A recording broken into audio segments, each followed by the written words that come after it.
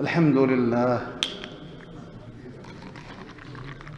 الحمد لله حمدا يوافي نعمه ويكافئ مزيده.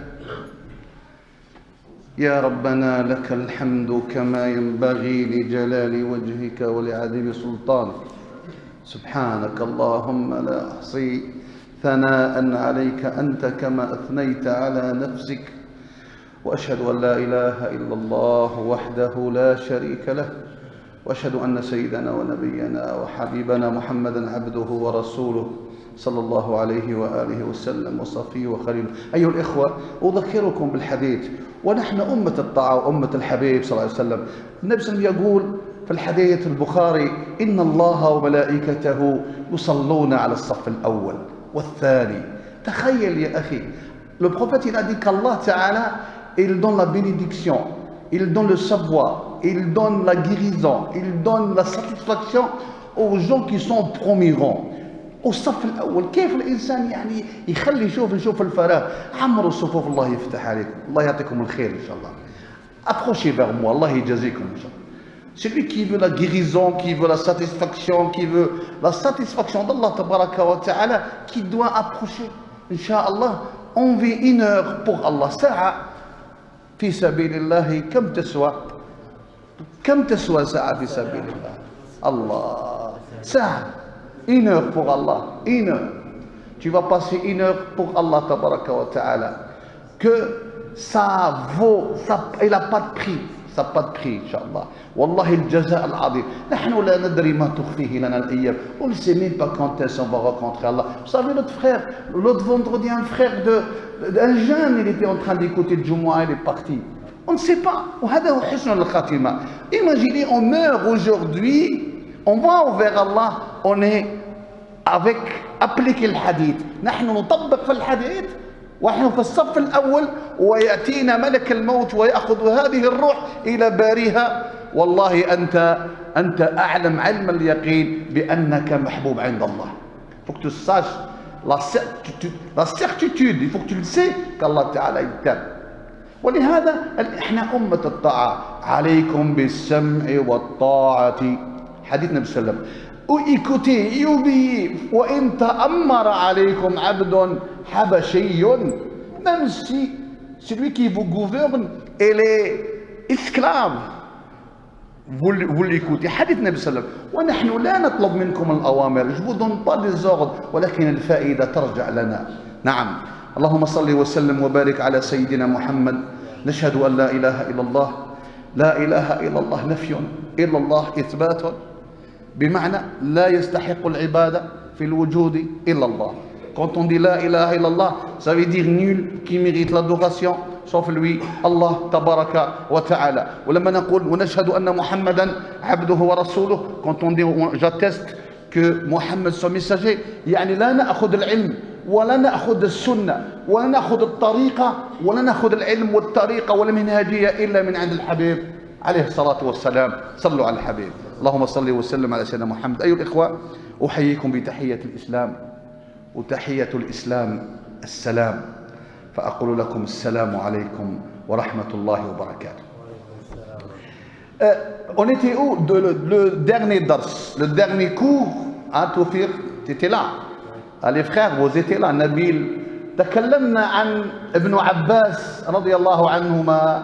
حديث ابن عباس, que Dieu soit satisfait de lui, et Abu Huraira, أنه قال قال رسول الله صلى الله عليه وسلم, que le prophète il a dit: أمرت أن أسجد على 7 أعظم. Le prophète il a dit: j'ai reçu l'ordre, Allah il m'a ordonné de prosterner à 7 os. قال فأشار وبدأ يشرح في هذه 7. وقلنا هذه طريقة عظيمة، أسلوب رائع لنبينا محمد صلى الله عليه وسلم للتعليم. C'est une méthode extraordinaire. Il a prononcé le chiffre 7. Après il a commencé à détailler. قال 7 ثم قال الجبهة، بدأ بالجبهة le front. قال بلسانه الجبهة وأشار بيده لأنفه. Donc il a mis son nez comme ça, il a mis sa main sur son nez, الجبهة واليدين والركبتين وأقدام أو أطراف الأقدمين et les doigts de pied. هذه صفي الست.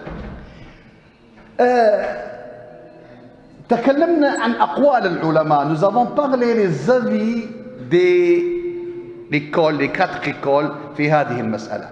لما يقول النبي أمرت، من الذي يستطيع أن يأمر النبي صلى الله عليه وسلم في الدنيا من غير الله؟ هل يوجد من يأمر النبي؟ Est-ce que ça existe quelqu'un qui donne l'ordre au prophète? Jamais. Il n'y a qu'Allah. ولهذا قال أمرت والأمر للوجوب.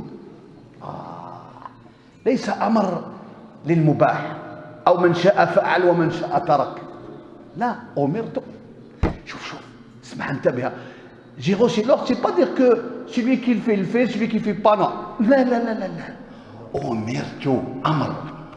والحديث متفق عليه يا جماعة، متفق عليه، أوثنتيك، بخاري ومسلم. أمرت. هنا أيها الإخوة أيها الأحباب أشار إلى الأنف والجبهة. Donc il a mis le front avec le nez. قالوا الجبهة هي الناصية، أليس كذلك؟ الناصية هي الجبهة، كما جاءت في الآية فليدعو ناديه سندعو زبانية في الآية، ناصية إلى آخر الآية. هنا وش قال؟ هنا في موضع الجبهة هو موضع الشرف، شرف الإنسان. C'est l'honneur de l'homme, c'est ça, avec son nez. لأن النبي صلى الله عليه وسلم أشار إلى أنفه. Donc ça, jusqu'à là, c'est l'honneur de l'homme. هذا شرف الإنسان، هي الجبهة، أليس كذلك؟ Donc c'est le front et le nez. قالوا الشرف والرفعة من الإنسان. ولهذا et à partir de là, et c'est ça ils disent les ulama في تبكيت المشركين. لما النبي صلى الله عليه وسلم أراد أن يذل المشركين الذين حاربوه في زمنه، quand il parlait des associateurs qui l'ont déclaré la guerre à son époque, المشركين، قال ناصية كاذبة، ناصية كاذبة. هم عندهم هذه الناصية ولكن كاذبة. Ils ont les associateurs, les porte-prophètes qui étaient contre le prophète, contre la vérité. Soi-disant ils ont l'honneur, soi-disant ils ont le sharaf, mais c'est un sharaf de mensonge. الناصية إيش؟ كاذبة. ce n'est pas vrai. كاذبة لأنهم لم يضعوها في محلها. Ils n'ont pas mis le front et le nez où il fallait. ولهذا قالوا العلماء الكبار وصفوا الناصية، قالوا الجبهة. وفي السجود le prosternation فيه اسمع كمال الخشوع. فيه ايش؟ كمال الخشوع. La capacité de la prosternation quand tu es en position par terre, ton front, ton nez touche par terre. هذا كمال ايش؟ الخشوع والخضوع لله تعالى. اسمع أن هو أداة شرط. أن رب يقول يا أيها الذين آمنوا إن تتقوا الله ايش يدير لكم؟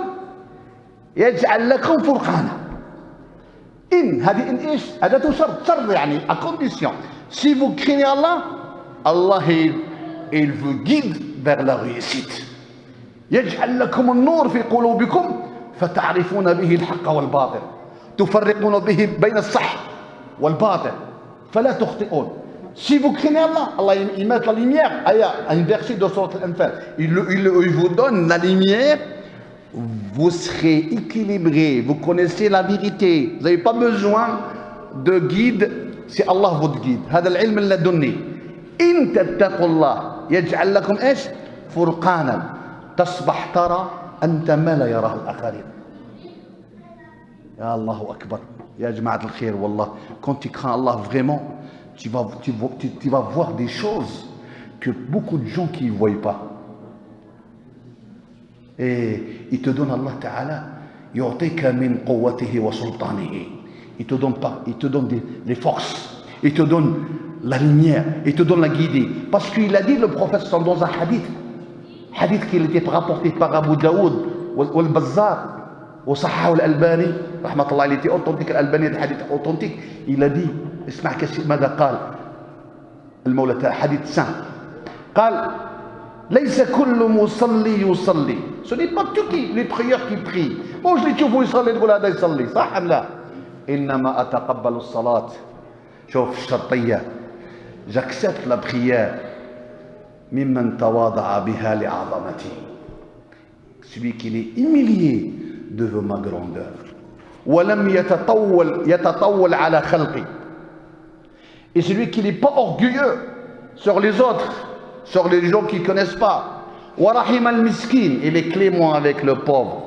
وأوى الغريب, il a mis l'étranger à l'aise. ورحم اليتيم, il était clément avec l'orphelin. Allah il a dit quoi après? قال بعزتي وجلالي لأجعلن له الجهالة علما. اسمع الجهالة علما. Il a juré par sa grandeur, celui qui a هذه الصفات, ces qualités, je le donne à la place de l'ignorance, le savoir. شوف هنا الآية, اسمع هنا قال أن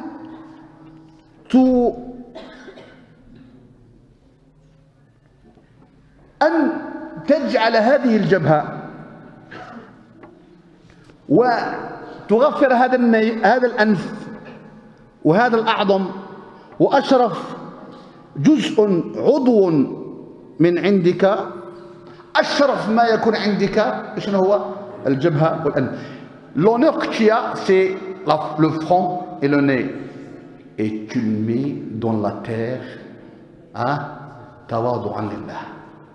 Tu mets ton visage par terre, comme il a fait le prophète. On a dit que le hadith, Ibn Abbas, il a dit quoi? Je l'ai vu, le hadith dernier, تشفى ماذا رأى في أنف النبي صلى الله عليه وسلم؟ الطين. Il l'a mis, Ibn Abbas, il l'a vu, l'argile collée dans le nez du prophète. Sallallahu alayhi wa sallam, comment il s'est prosterné à Allah. كيف كان يسجد لله. ومن تواضع لله إيش؟ رفعه. C'est lui qui est humilié devant la grandeur d'Allah. Allah Ta'ala, il le met parmi les grands. اللهم ارفعنا إلى يا رب العالمين إلى ما تحب وترضى. قولوا آمين. كذلك يا أحبابي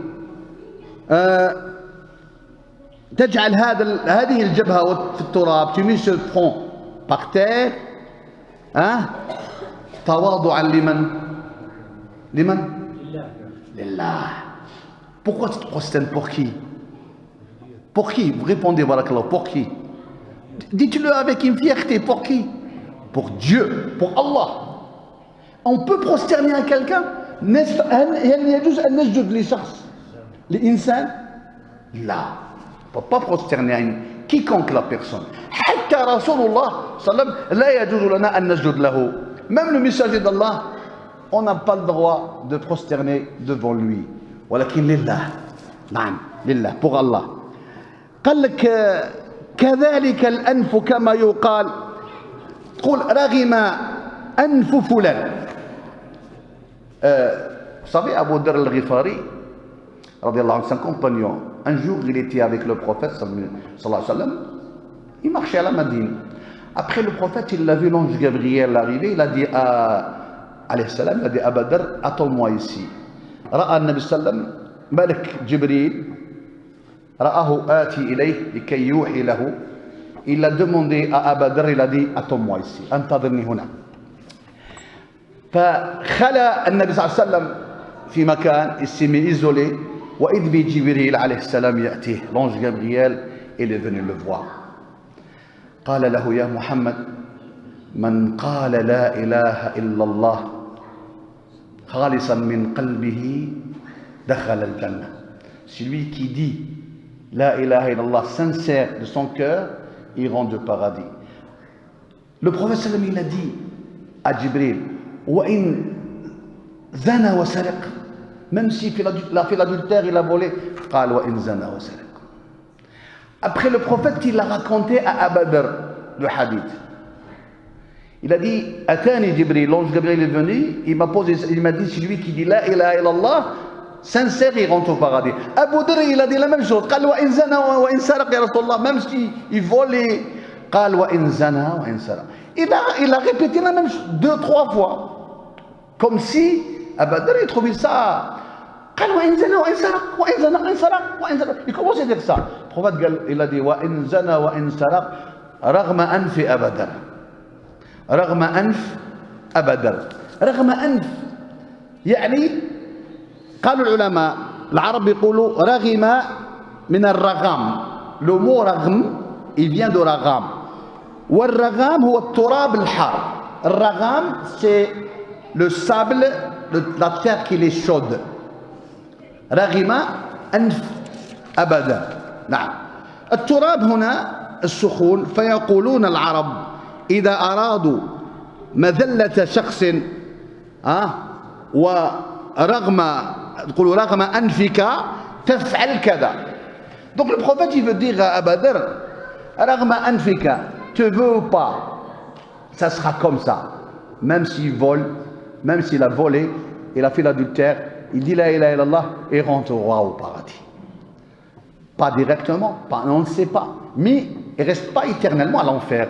لا يخلد في النار. فكلمة رغم أنف قالوا العلماء يعني تفعل هذا رغم أنفك وإلا وضعنا أنفك في التراب الحار. Les Arabes ils disent رغم أنفين, ils parlent de ton nez. Tu le fais ça, sinon on met ton nez collé dans la terre chaud. تراب سخون يعني شود. ولهذا قالوا لا توجد بعد هذا لا توجد ولا يوجد بعد هذا إهانة, فهو يفعل ذلك طواعية وخشوعا لله تبارك وتعالى. Toi, tu mets ton front avec ton nez par terre, tu le fais ça comme amour, adoration, حبا لله, حبا لله, tu le fais par amour. ولهذا لو قلنا لكم وقلت لكم يا أحبابي كيف عرفوا العلماء العبادة, ils l'ont divisé en combien العبادة. نبيل لك تشفى العبادة تنقسم إلى 3 أقسام. الأولى إيش؟ تواضعا ومحبة وتعظيما. هذه العبادة، هذه عند الفقهاء، حفظوها هذه إذا نعاودها لكم. العبادة الصلاة والصيام والعبادة، كل العبادات هي تنقسم إلى 3 أقسام. Les divisions 3 chemins ou 3 choses. تواضعا لله، تذللا لله. Tu es humilié. Quand tu fais quelque chose, tu le fais et toi humilié. Faut pas quelqu'un vient faire la prière orgueilleux comme si j'ai fait mon devoir et ça y est, alhamdoulilah, allez c'est bon, on a fait la prière, allez ça y est. On dit mon frère, tu n'as rien compris si tu fais ça. أنت لم تفهم شيء لأنك أنت الذي تستفاد. أنت الذي تستفاد من الصلاة وليس الله هو الذي يستفاد منك.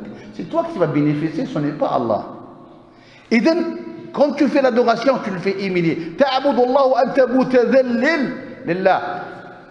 محبة. لماذا قالوا العلماء محبة؟ par amour. محبة لكي تفعل ايش تفعل؟ كي تفعل الحسنات. الحسنات نفعلها يا جماعة الخير، نفعل الحسنات بالحب ولا بالقوة؟ بالمحبة. Avec l'amour tu fais des bonnes actions. ولكن والله كاين اللي هناك من يعبد الله بالقوة، لكن يدعو الله par force. يقول لك والله 30 يوم يا أخي 30 jours. Si tu le dis demain, lendemain, après-demain l'Aïd, pas demain, il y a certains ils n'aiment pas.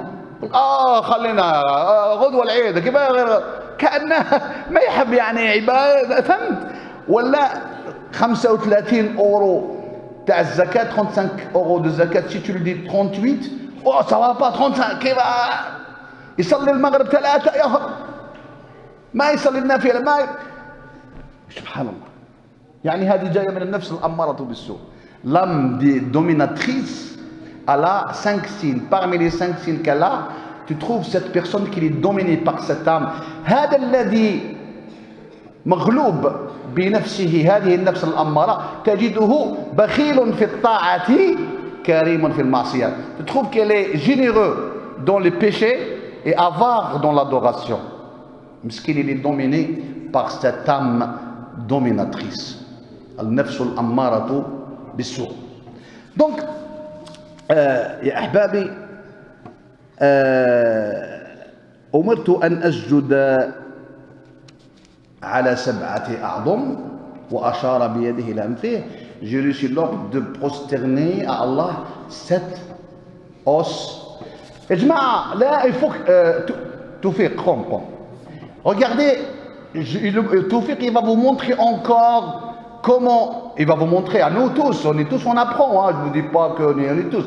Comment, non, Tawfiq, regardez 7 أعظم. Bon, pour ils vont voir tes doigts des pieds. Est-ce que Tawfiq lillah? Regardez les doigts de pied. هذا واجب في الصلاة. Il faut faire ça, c'est important. أمرت والأمر للوجوب. Comme ça les doigts de pied. Tawfiq, fais le contraire. Non, reste comme fais le contraire. Lâche les pieds, tu le mets. Voilà. Il y en a qui font comme ça. Ou croise les pieds, croise les pieds. Non, tu le croises comme ça. Tu mets un sur l'autre. Tawfiq, un sur l'autre. Wahda fouq wahda. Il y en a qui le font comme ça, sujoud. هذا خطأ يعني. لا نقول أن صلاته باطلة. On ne dit pas que sa prière n'est pas valable. Elle est valable. Mais on dit, mon frère, tu vas dire quoi demain au messager d'Allah? Il va dire, écoute, je t'ai appris, moi, je t'ai donné. Voilà, c'est pas comme ça. أحسن. Tourne-toi maintenant, يشوفوك. أما هنا الجبهة والأنف واليدين جنح بين اليدين، افتح شوية يديك. فوالا هذا إذا أردت أن تسجد بهذه الطريقة فهي أخف سليجي، إذا بشرطة شارطة أنك لا تفعلها في الجماعة. En groupe, quand tu es seul, جنح, fais comme ça.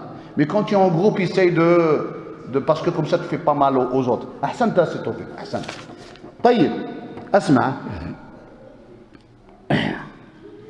إذن أسمع. قالوا العلماء فكأنك أنت لما تكون ساجدا، لما تكون سجود، tu es dans position de prosterner. Le titre sur toi, le malaïka, qu'est-ce que c'est? Elle voit que tu es sincère. Il note quoi? Pour comprendre, hein, il note pas ça. Mais comment on va comprendre ça? قالوا العلماء هذه معنى أن الإنسان يسجد لله تواضعا وأضاع جبهته نعم وغبر أنفه، il met son nez aussi التراب تواضعا، تقول له يا ربي تواضعا وشكرا لنعمك. أنت يا ربي أنعمت علي النعم لا أستطيع أن أحصيها. On dirait que tu es en train de dire Allah, ya Allah, tu m'as donné beaucoup de bien. Je ne sais pas comment te remercier. Le fait que chaque seconde tu renouveles ma vie, c'est une grande ni'ma. C'est vrai ou pas? أنت في كل لحظة من اللحظات تجدد إلي الحياة بالأكسجين، أتنفس. إذن ها أنا يا رب، je te montre يا الله que je suis un homme avec toi. أسجد لك شاكرا لك pour te remercier à tout le bien que tu m'as donné, et tu es le seul qui mérite l'adoration et le remerciement. والله هذه هي معنى السجود يا جماعة الخير. C'est ça l'objectif de ton existence dans ce bas monde, c'est l'adoration à Allah. ألم يقل الله تعالى والله أخرجكم من بطون أمهاتكم لا تعلمون شيئا. قال الله تعالى هذا دام كان قالنا هكذا أم لا؟ Allah, le Très-Haut, c'est lui qui vous a fait sortir du ventre de votre mère. Vous connaissez rien. صح bébé. وجعل لكم إيش؟ السمع والأبصار والأفئدة. Et vous a donné le lui, la vue et la raison. La conclusion, لعلكم تشكرون. Peut-être vous serez reconnaissant. لعلكم تشكرون يا عباد الله. كم من شخص أنعم الله عليه وهو يفسد في الأرض. صح أم لا؟ Combien de personnes qu'Allah il a donné le bienfait, mais lui il est en train de faire le désordre sur terre. كاين ولا ما كانش؟ كاين. هذا إن مات على هذه الحالة فستكون عليه حسرات يوم القيامة. يندم يوم القيامة. ماذا يقول؟ يقول لما يقول الله وجيء يومئذ بجهنم يومئذ يتذكر الإنسان وأنى له الذكرى. Allah, on va arriver à ce jour-là, le jour qu'on va ramener l'enfer. L'homme, il va dire, il va regretter, يندم, mais لا تنفع الندامة, c'est trop tard. Il dit quoi? يقول اسمع يقول يا ليتني قدمت لحياتي. يا ليتني, pourquoi j'ai rien travaillé pour ma vie, la vraie vie? Mais toi, hier, tu nous as dit quoi? Tu nous as dit que n'importe quoi, on va pas vivre après la mort. Je profite maintenant. Hein? Les gens, il y en a qui disent ça. Hein? On profite de dunya, on profite, il n'y a pas de vie après la mort, on va mourir, on va devenir poussière. Mais au moment-là, tu n'es pas encore mort, dont l'âme n'est pas encore sortie, il va dire ça. يا ليتني قدمت لحياتي. هذه الحياة الحقيقية يا أحبابي. C'est ça la vraie vie qu'on doit travailler, mais avec l'ilm, pas avec des paroles comme ça dans le vent. أقوال العلماء الأئمة الأربعة، قول النبي صلى الله عليه وسلم، حديث صحيح، أمرت أن أسجد على إيش؟ على سبعة أعظم. وفسر وشرح عليه السلام، قال الجبهة ثم أشار بيده إلى أنفه وبين اليدين والركبتين وأطراف الأقدام. طيب، هذا السجود على الجبهة قالوا شكرا على نعمائه. إذن مجيء الأنف مع الجبهة لأنهما العضوان اللذان بهما. اسمع شو قال الشيخ، هذا الشيخ رحمه الله، يعني أنا شيخي درس عن هذا الشيخ، mon cheikh il a étudié sur ce cheikh là. هذا الشيخ أصله من مصر، il est d'origine égyptienne، اسمه محمد عطية الصقر، من كبار علماء المدينة، درس وتخرج وعلم العلماء في المدينة. هذا الشيخ يعني هو مالكي المذهب، هو ينتمي إلى الإمام مالك ودرس الأئمة الأربعة. إيش قال؟ إلى دي قال لأن الجبهة والأنف، le nez avec le front، قال إلى دي لأنهم العضوان اللذان بهما يشرف الإنسان أو عليهما، على الجبهة يعني، أو عليهما الإهانة. Avec ça, et ça, tu peux, Allah Ta'ala, il te donne l'honneur parce que tu l'as fait pour Allah, mais tu peux le faire pour un homme comme toi et tu deviens humilié, madloul, les shakhs, zayik anta, kaifak, comme toi, tu vas humilier devant quelqu'un comme toi et tu seras toute ta vie humilié. لا قيمة لك. هذا هو السجود المعروف والسجود الذي أمرنا به. طيب اسمع شوف الصحابة، اسمع، صلوا على النبي صلى الله عليه وسلم. شوف، فقالوا العلماء فبدل ما يكون يرغم على ذلك كمن يعني كمن خصم أو عدو. إذن الذي يسجد للعبد لظالم من طاغي من الطاغية القدماء والفراعنة والذين تجبروا في الأرض يركعون لهم ويسجدون لهم. des hommes qui ont gouverné avant, qui étaient des injustes, des dictatures qui l'ont fait du mal aux populations. Les gens tellement ils ont peur d'eux. Vous avez vu, ils font le soujoud, soujoud complètement à ces gens-là. يتذللون.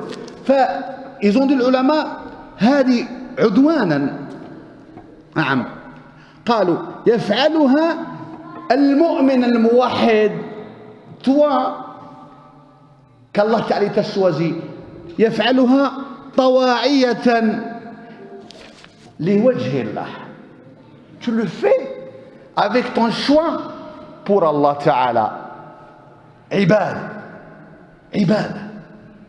تخيل أنت أقرب. Si quelqu'un ils le disent, on voit la télé. Hier, j'étais proche de tel ministre ou tel président. Il m'a invité chez lui. Tu vois, il va filmer ça, c'est vrai. Il va raconter à ses enfants, ses amis. يحكي لأصحابه لأصحابه أنا كنت مع الرئيس الفلاني ولا العالم الفلاني, le savant tel ou le tel. Il est content, tu vois. وأنت يا أخي بمجرد أنك عبد. اسمع, toi tu fais le wudu, les ablutions, وتسجد إلى الله تعالى. من أنت ومن أنا, شكي فتصبح أنت قريب إلى الله. tu seras proche d'Allah. أقرب ما يكون العبد إيش إلى الله وهو إيش ساجد. Des fois, nous, on est consternés, mais on pense ailleurs. Je vais voir mon ami, je vais acheter ça. Ya akhi, hadari, fais attention.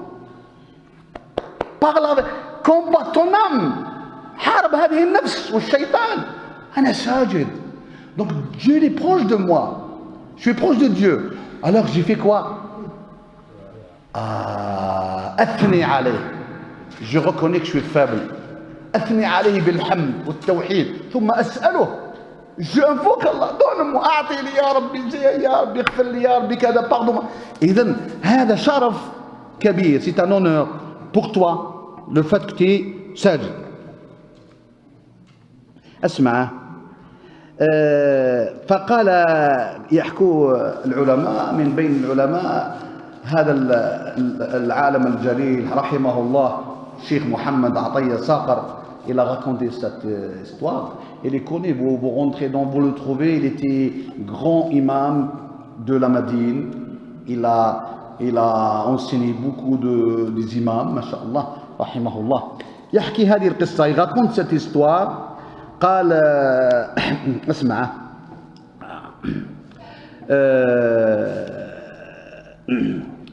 أن النجاشي, connaissez النجاشي? كم بقي يا عبد المجيد من اليوم؟ 20 minutes. النجاشي, est-ce que ça vous dit quelque chose, النجاشي? Le roi d'Éthiopie, ملك الحبشة, l'époque de Prophète. النجاشي هذا مسلم أم لا؟ دخل في الإسلام, et s'est converti à l'islam. ملك النجاشي رحمه الله لما انتهت غزوة بدر, quand elle a fini la bataille de Badr, écoutez bien, دعا المهاجرين هناك الذين كانوا عنده. Il y avait des compagnons qui ils étaient pas à Badr, ils étaient chez lui. Ils étaient chez le roi de Malik al-Habasha. فدعاهم فلما دخلوا عليه, quand il est rentré في غرفته, dans sa chambre privée, parce que c'est lui qui l'a invité, اسمع, دخلوا عليه وجدوه في غرفة أو في غرفة جالس على التراب.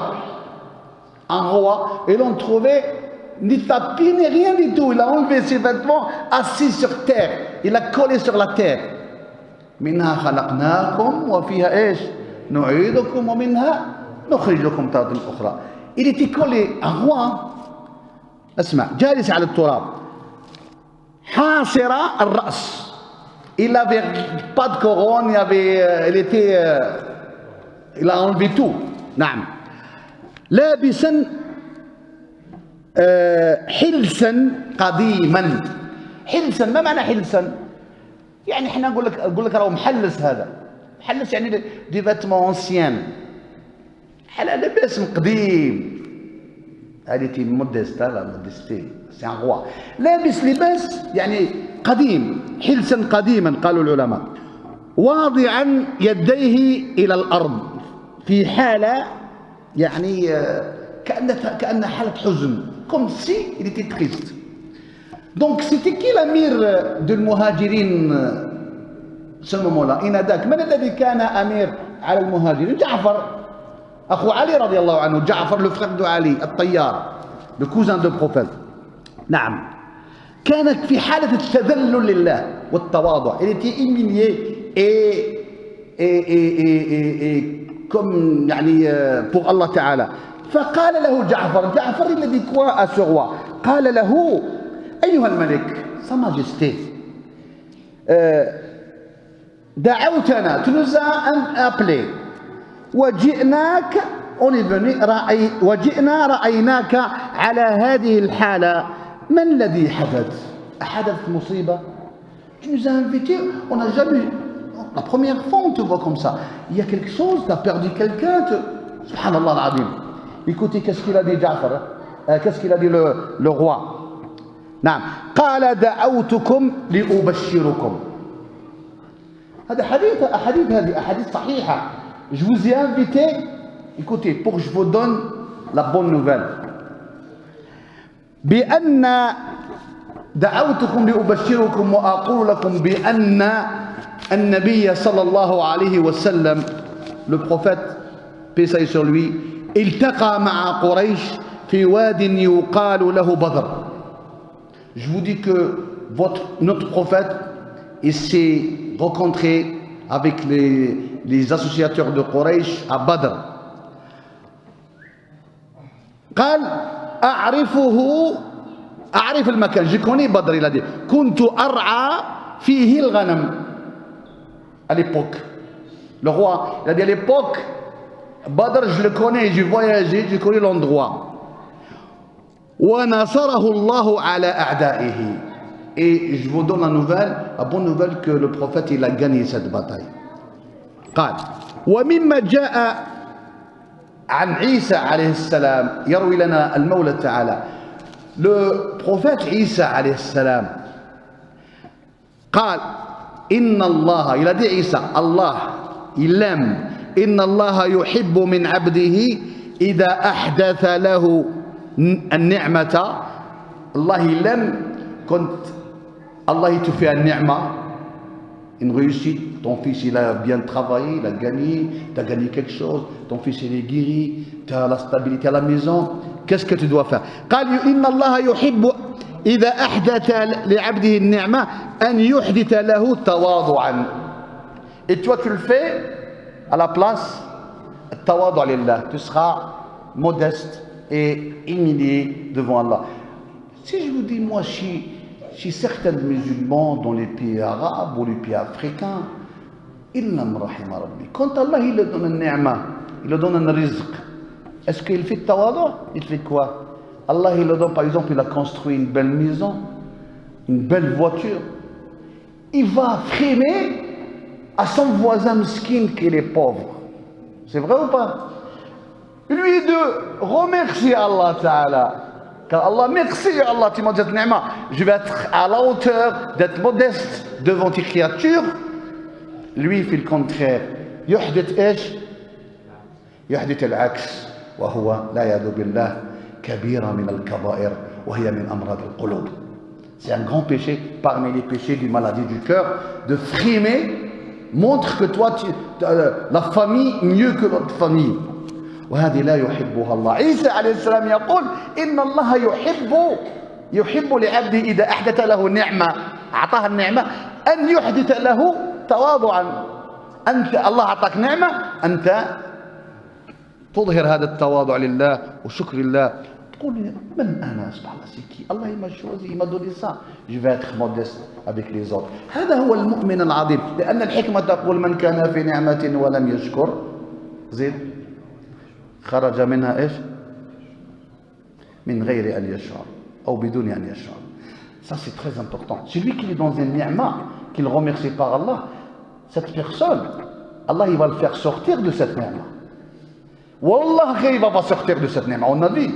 Mais il ne sort pas comme lui il veut, comme Allah il veut. Allah il fait sortir, Allah il sait comment il fait sortir cette personne. Après il va se retrouver loin de ni'ma. Oh là là, pourquoi? Ah, pourquoi? Donc si tu veux garantie, إذا أردت أن تضمن هذه النعمة فعليك إيش؟ بالشكر. فعليك بالتواضع لله تبارك وتعالى. طيب ولذلك تأتي الصلوات. الصلوات الخمس en vérité les 5 prières هي منبع الشكر. La prière, les 5 prières, salawat, c'est la base de le remerciement. C'est la base de toi, tu es en train de dire Allah, je suis reconnaissant. C'est toi, grâce à toi que tu m'as mis au monde. Grâce à toi que je vis. Grâce à toi que tu m'as guidé. Grâce à toi. Et pour tu payes, pour payer ça, pour régler ça, 5 fois par jour, je t'adore. J'ai mis ma tête, mon front avec mon nez, le plus cher qui existe dans moi, et je le mets par terre pour toi. Allahu Akbar. هذا هو المؤمن الموحد. كم بقي يا عبد المجيد؟ 10 ها 10 أكثر. صلوا على رسول الله. وعلى هذا يا إخواني à partir de là وعلى هذا يكون قالوا العلماء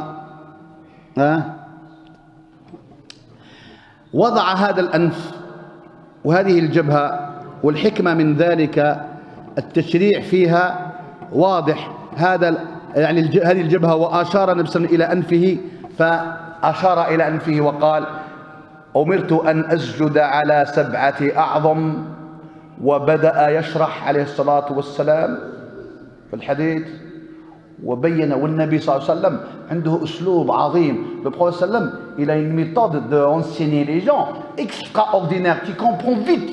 Qui comprend même la personne qui est long à comprendre. Quand il écoute le prophète, vite il va comprendre. Un exemple, un qui l'a posé la question, il a dit au messager d'Allah, nous on est des pêcheurs, nous on va pêcher dans le bateau et on n'a pas de l'eau avec nous assez pour faire les ablutions. ما عندناش الماء. هل يجوز أن نتوضأ من ماء البحر؟ Est-ce qu'on a le droit de faire les ablutions de l'eau de la mer? Le prophète il a répondu quoi?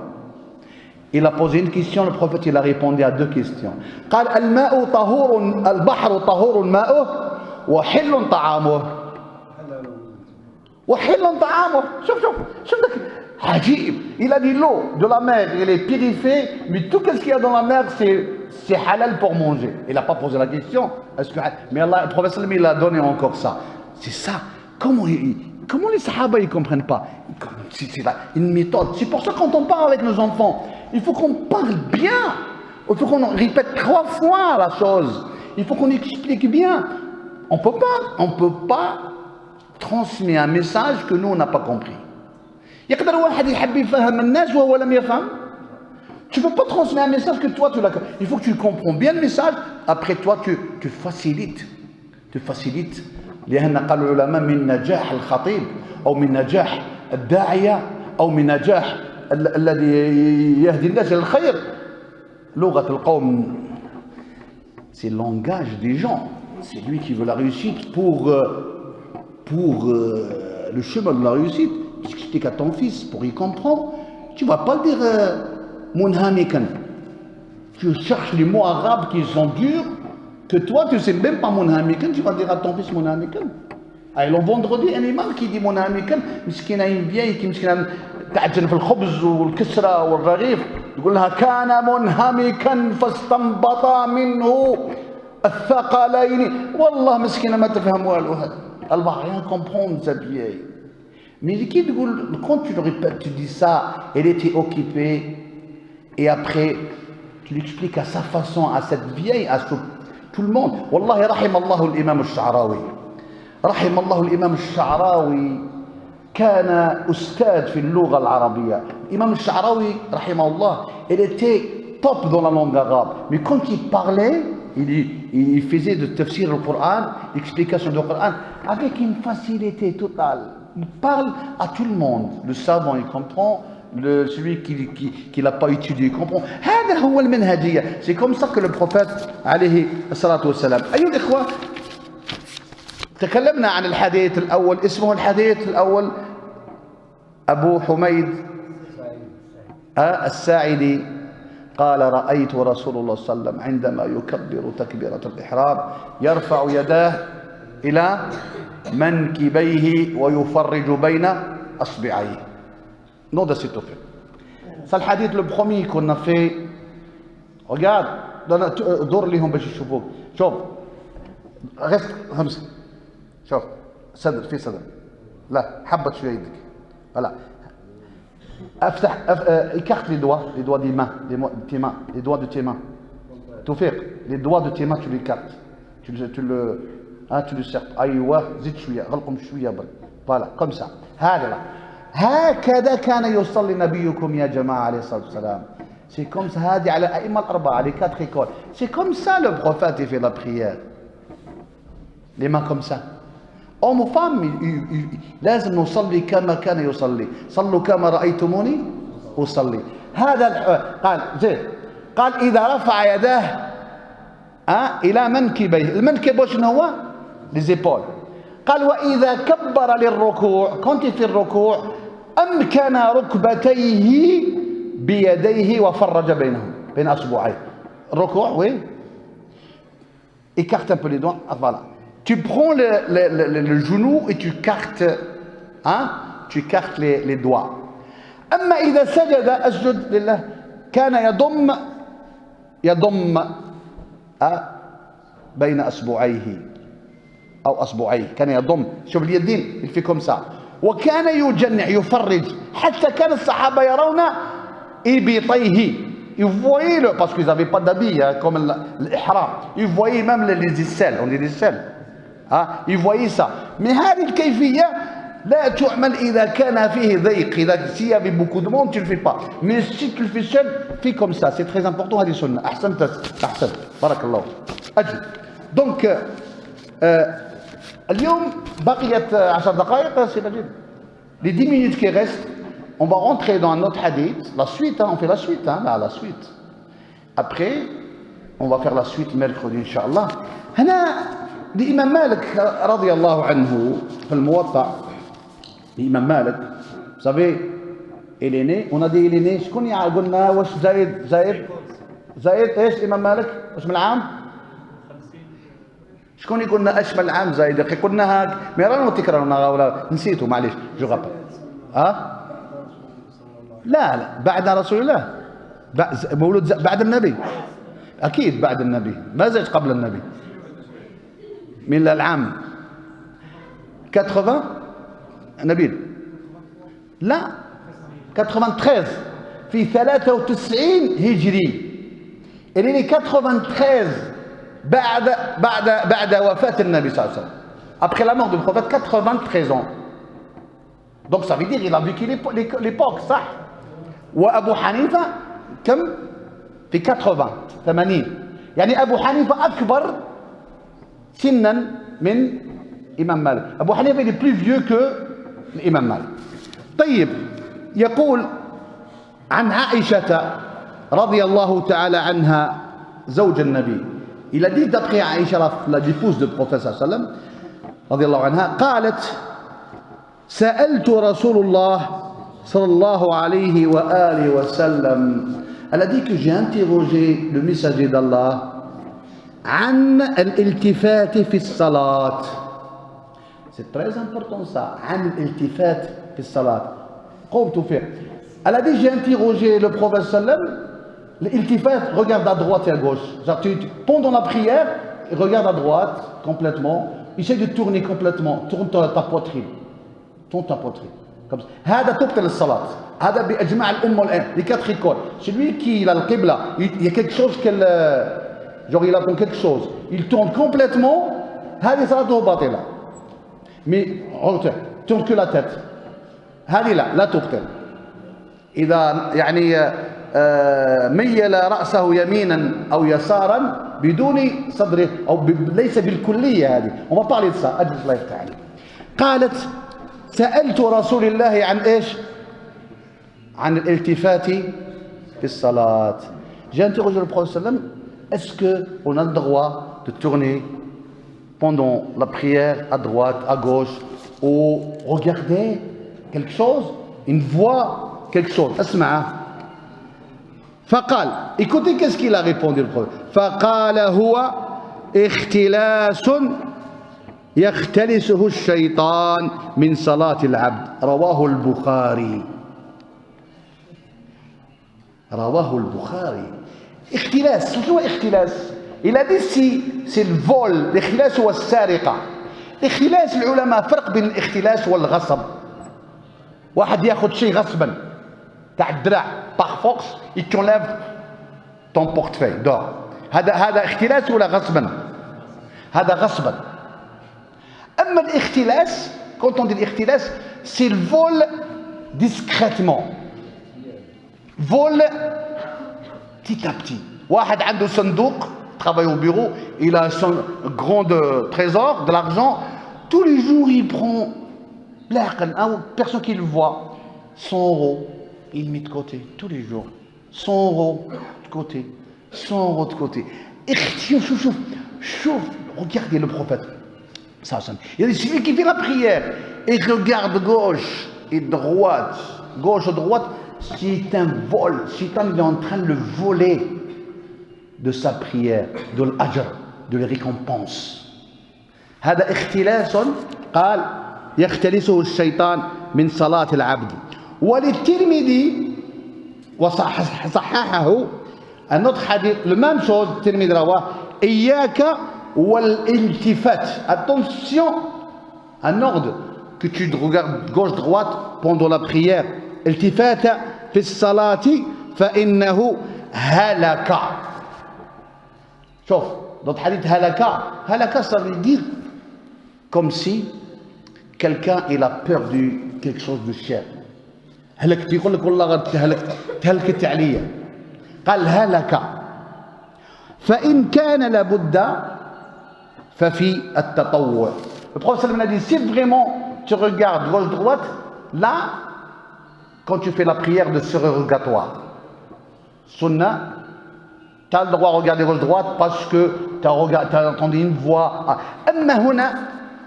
Après la suite, on va détailler bien le prochain cours. Juste, je vous donne la base de ça. Les ulama, ils ont dit, ils sont en deux, comment dirais-je, ils ont donné deux compréhensions. Ils ont donné une compréhension, la première, que celui qui tourne. C'est qui est en train de faire ça le Coran il dit تبارك الله فيك. هذا رانا في ضرب في علم يتان مون فرير الله يجازيك لا راديو تاعك ولا البورتابل.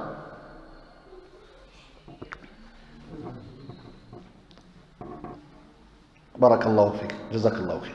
Donc ils ont dit si tu le fais ça involontairement tu le fais mais tu as tourné comme tu fais involontairement, tu as attendu une voix parce que tu fais quand je parle au téléphone. Allô, regarde-moi. Reviens. Ils ont dit l'ulama hada la shay alayh parce qu'il n'a pas fixé. Tourne maintenant complètement. Allô, tourne complètement. عاود ولي. هذا يبطل الصلاة. On a dit. هذا بإجماع. Si tu tournes complètement لأن من شروط من هذا القبلة شرط من شروط صحة الصلاة. Tu te mets en face de la qibla, c'est une condition de la prière. C'est la prière, c'est valable. Donc si tu tournes complètement ton corps, في هذه الحالة لا ما يجوز لك تدير هذا. قال العلماء في هذه الحالة يسوق المؤلف هذا الأوتور رحمه الله ورحمكم وغفر له ولكم قولوا أمين. Cet auteur qu'Allah nous pardonne يسوق لنا هذا الحديث في باب الحث على الخشوع. En vérité, tout ça pour être concentré pendant ta prière. كيف تبحث عن الخشوع؟ باب الحث عن الخشوع في الصلاة، ما يتعلق بالالتفات، وذلك عن أم المؤمنين عائشة. Donc, qu'est-ce qui concerne de l'iltifat? قلنا l'iltifat, il a dit quoi le prophète? اختلاس، c'est du vol. الشيطان te vole de ta salat. قال أنها سألت رسول الله صلى الله عليه وسلم عن الالتفات في الصلاة، فقال إنه اختلاس يختلسه الشيطان. وجاء أيضا عن أبي ذر أنه قال سألت رسول الله صلى الله عليه وسلم عن كل شيء وسألته عن الالتفات في الصلاة فقال إنما هو هلك فإن كان ولا بد ففي النافلة. Abu Dharr aussi il a dit j'ai interrogé Allah à le prophète toutes les choses et je l'ai interrogé de tourner pendant la prière et il a dit il ne faut pas le faire, c'est une halaka, c'est danger pour toi. Si tu le fais, vraiment fais-le pendant Sunnah. Après, on va parler, Inch'Allah, prochain cours, c'est Qatl al-Aqrab ou al-Hiyat. Tu vois, par exemple, un serpent, quelque chose, tu as le droit, faut pas rester qu'il va te piquer, hein. Tu vas l'éliminer. Après, tu as ça. On va parler de ça. On va parler de darurat, tubihu al-mahdurat. Où est le darurat? L'obligatoire. Le-mahdour, je vois le-mahdour. Le-mahdour, c'est le haram. Quand tu es dans l'obligatoire, le haram, il devient halal. قاعدة أصولية الضرورة تبيح إيش؟ المحظورة. أقول قولي هذا وأستغفر الله لي ولكم فاستغفروه فيا فوز المستغفرين. اللهم لا علم لنا إلا ما علمتنا إنك أنت العليم الحكيم. اللهم علمنا ما ينفعنا وانفعنا بما علمتنا وزدنا علما. اللهم يا رب العالمين رفعت لك الأيدي في هذه الساعة رجالا ونساء كبارا وصغارا. اللهم حاشاك أن تطردنا منها خائبين. اللهم من كان منا مريضا في هذه الساعة فاشفيه، من كان فينا ضالا فاهديه، من كان فينا فقيرا فاغنيه. اللهم لا تخرجنا من بيتك في هذه الساعة إلا وقد غفرت لنا جميع ذنوبنا، لا تردنا إلى ديارنا إلا وقد رضيت عنا رضاء لا سخط بعده. اللهم إنك عفو تحب العفو فاعف عنا. اللهم ارزقنا قبل الموت توبة وعند الموت شهادة وبعد الموت جنة وملك عظيما. إن الله وملائكته يصلون على النبي يا أيها الذين آمنوا صلوا عليه وسلموا تسليما. اللهم صل وسلم وبارك على سيدنا محمد. سبحانك اللهم وبحمدك نشهد أن لا إله إلا أنت نستغفرك ونتوب إليك. وآخر دعوانا أن الحمد لله رب العالمين. وللحديث بقية غندب إن شاء الله يوم الأربعاء، فعلينا أن نتعلم ديننا وبارك الله فيك.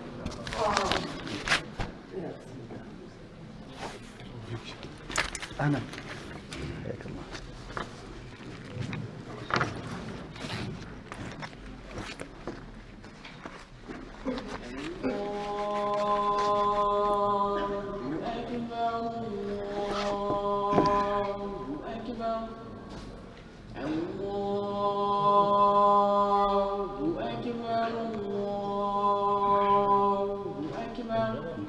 أشهد أن لا إله إلا الله. أشهد أن لا إله إلا الله. أنا عندي صحته. أشهد أن محمدا رسول الله. أشهد أن محمدا رسول الله. حي على الصلاة. حي على الصلاة. حي على الفلاح.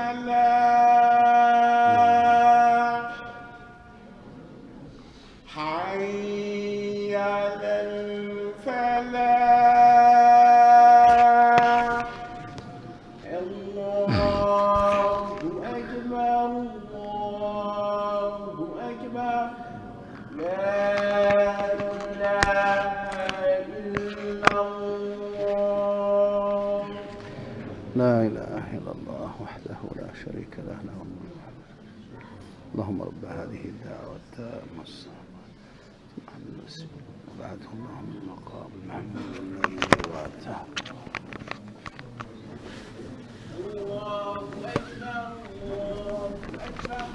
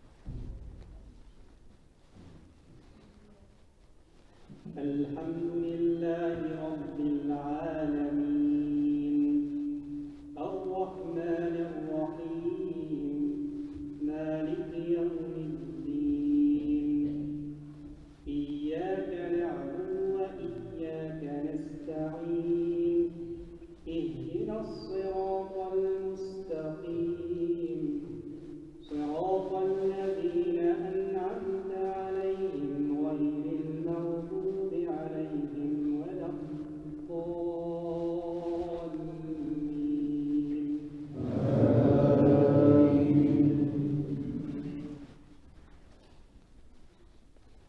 يسألونك عن الأنفال قل الأنفال لله والرسول فاتقوا الله وأصلحوا ذات بينكم وأطيعوا الله والرسول لعلكم تفلحون. وأطيعوا الله والرسول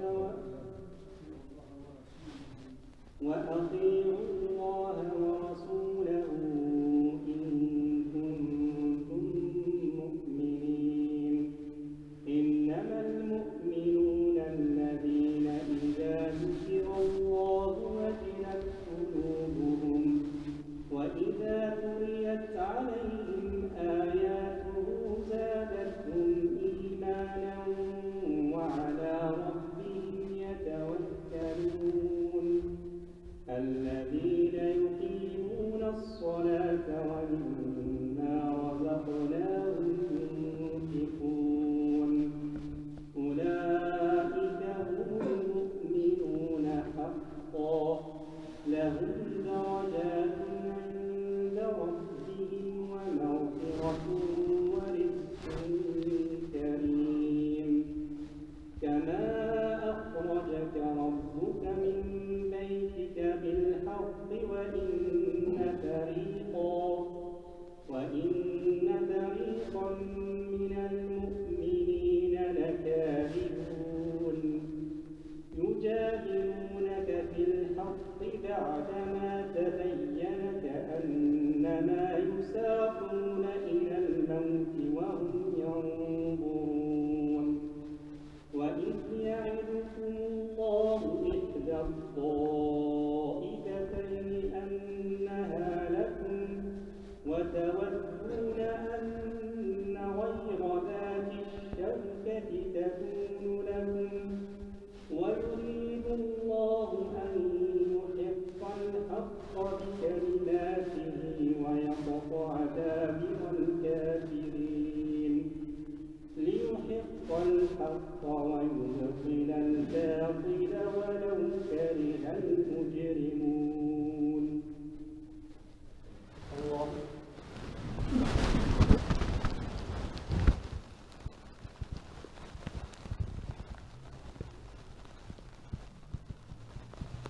الله لمن حمده.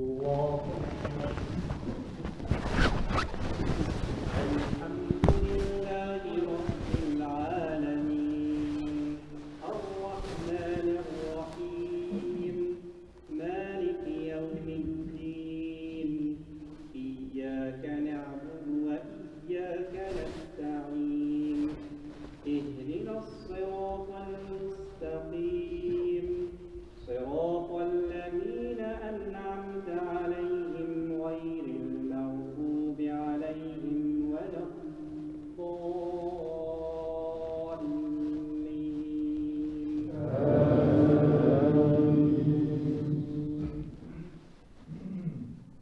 والضحى والليل إذا سجى ما ودعك ربك وما قلى وللآخرة خير لك من الأولى ولسوف يعطيك ربك فترضى ألم يجدك يتيما فآوى ووجدك ضالا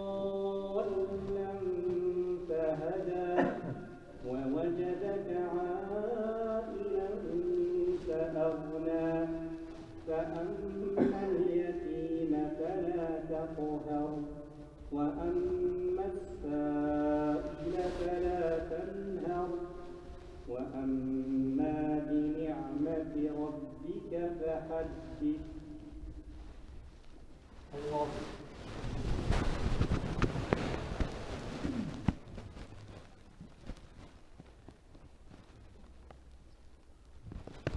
سمع الله لمن حمده.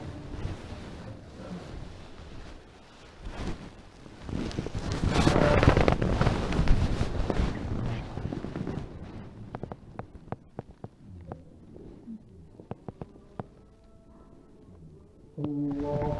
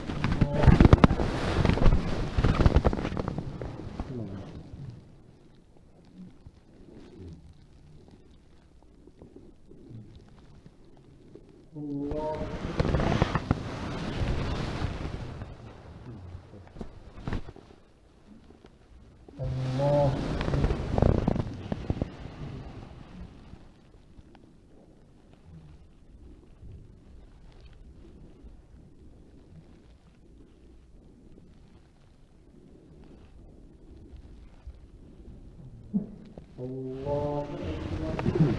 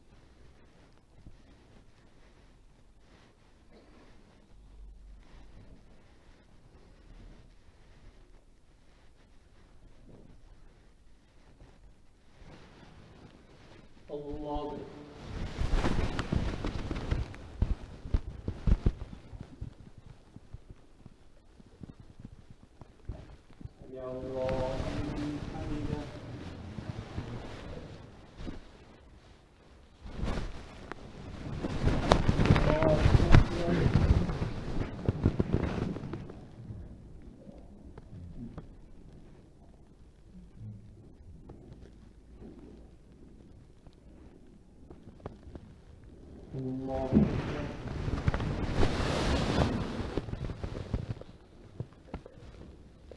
الله أكبر.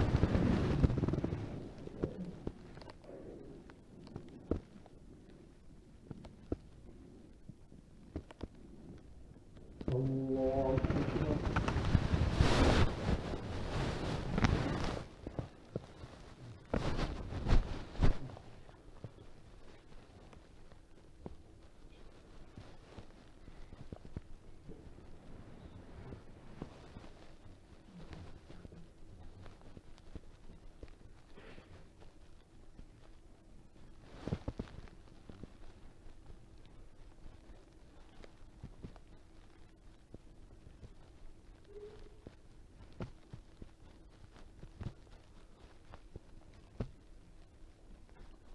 السلام عليكم ورحمة